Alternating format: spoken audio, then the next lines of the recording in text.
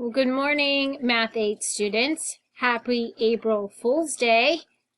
Wish I was there to play a prank on you, but I guess it's kind of a prank anyway, since you thought maybe since I wasn't here, we wouldn't do anything constructive. However, we are starting a new topic today.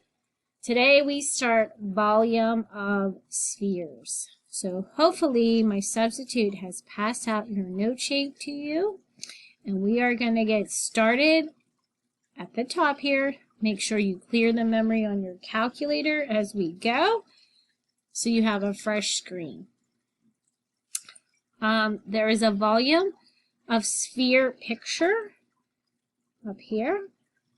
And this picture has down here at the bottom, B equals 4/3 pi, that's a pi symbol, r to the third power. And the first thing I want you to know is what r stands for. R stands for the radius. Let me see if I can make this pen smaller. I don't think I can. Radius. Now, a radius of a sphere is from the center to the edge. So if you look on your picture, that's where r is. For you to find the volume of a sphere, you must know a radius. That's it. The rest is just putting it into a formula. So let's go to the one right below it. Here it says, find the volume of the following. It says, leave your answer in terms of pi, which I will explain to you what that means, and round to the nearest tenth. If we look at this picture of the balloon, we know that the radius equals 9. As soon as you know that the radius equals 9, you just put it into the formula. And yes, I want you writing down your work. So we're going to write V equals 4/3 times pi times 9 to the third power. Now, before you pick up your calculator and you start working on it, you have to know what it means to leave your answer in terms of pi. Sorry for that on the screen there. I think I figured out how to make it smaller. Maybe not. So when you do leave your answer in terms of pi, you guys are going to just take your calculator and multiply 4/3 times 9 cubed. So go ahead and do that now. Remember, to get a fraction on, you have to push green alpha, y equals number 1. Put 4/3 in there, times 9 to the third power. When you do, you get 972. Now you're going to write that down, and you're going to put pi next to it. The reason you put pi next to it is because we didn't multiply by pi, and the directions say leave your answer in terms of pi. So one of the answers is 972 pi. When you find volume, volume is the amount of space it takes up. So this is in cubic units. So we're going to put inches cubed. That is your first answer. The second answer on your calculator, you should still have 972. I just want you to press times, second caret button, which is the pi button, and hit enter. When you do, you get your answer rounded to the nearest tenth. So when you take your calculator and just hit times pi, you should have 3,053.6 inches cubed.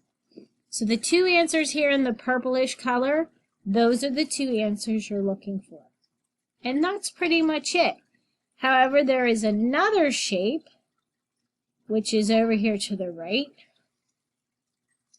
So this is your hemisphere. Now, once again, for a hemisphere, the formula is the same, but a hemisphere is half of a sphere. So since it's half of a sphere, you're going to multiply by a half of 4/3 pi r cubed. So you still only need a radius. So I believe we're going to go down to number 3. And let's try number 3.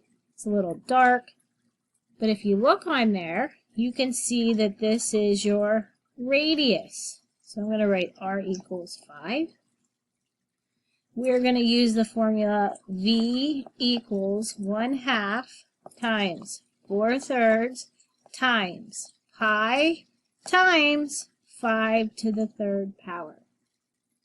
So after you write that down, remember you pick up your calculator and you're typing in there green alpha y equals. You're putting in 1/2 times green alpha y equals 4/3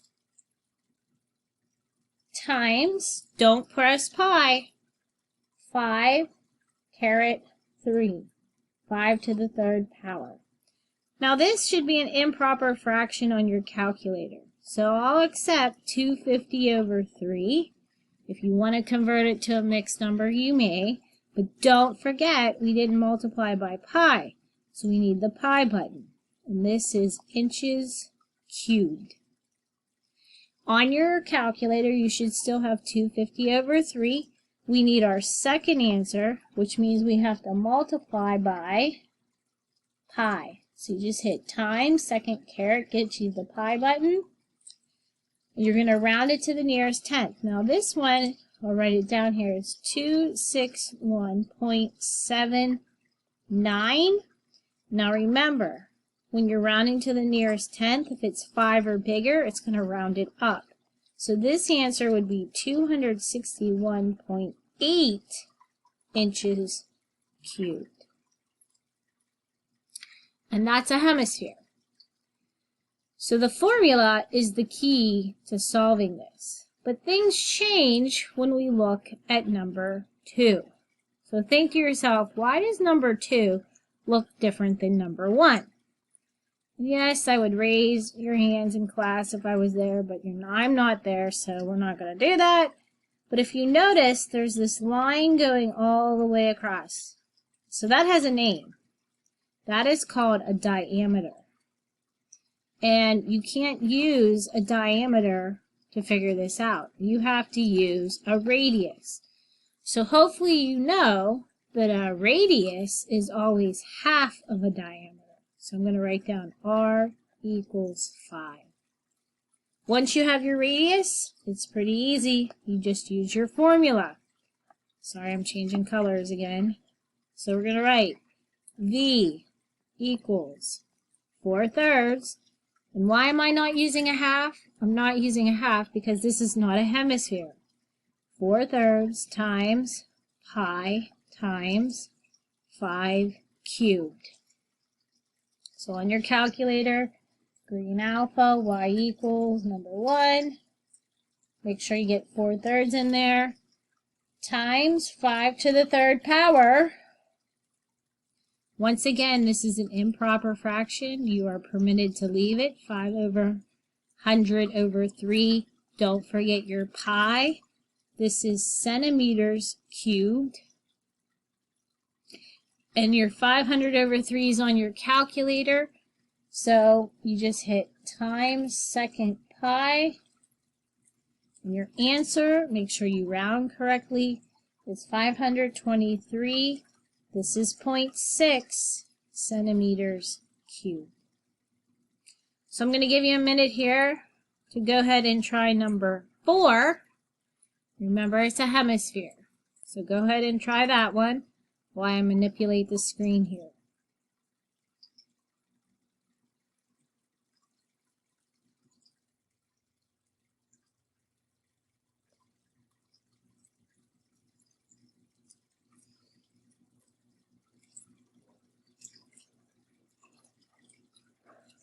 Remember, the first thing you need to know is a radius. And in this picture, once again, there's the line going all the way across the hemisphere. So that means the diameter is 16. So you must divide that by 2 to use for your radius of 8. So this is V equals 1/2 4/3 times pi times 8 to the 3rd power. Grab your calculator if you've not already done so. Green alpha, y equals number 1. 1 over 2 times green alpha, y equals number 1. 4/3 times 8 to the 3rd power. Big improper fraction again. 1024 over 3. Don't forget your pi. And this is feet cubed. Put your units there because volume is in cubic units. And then you just hit second pi on your calculator. And you're going to round to the nearest tenth.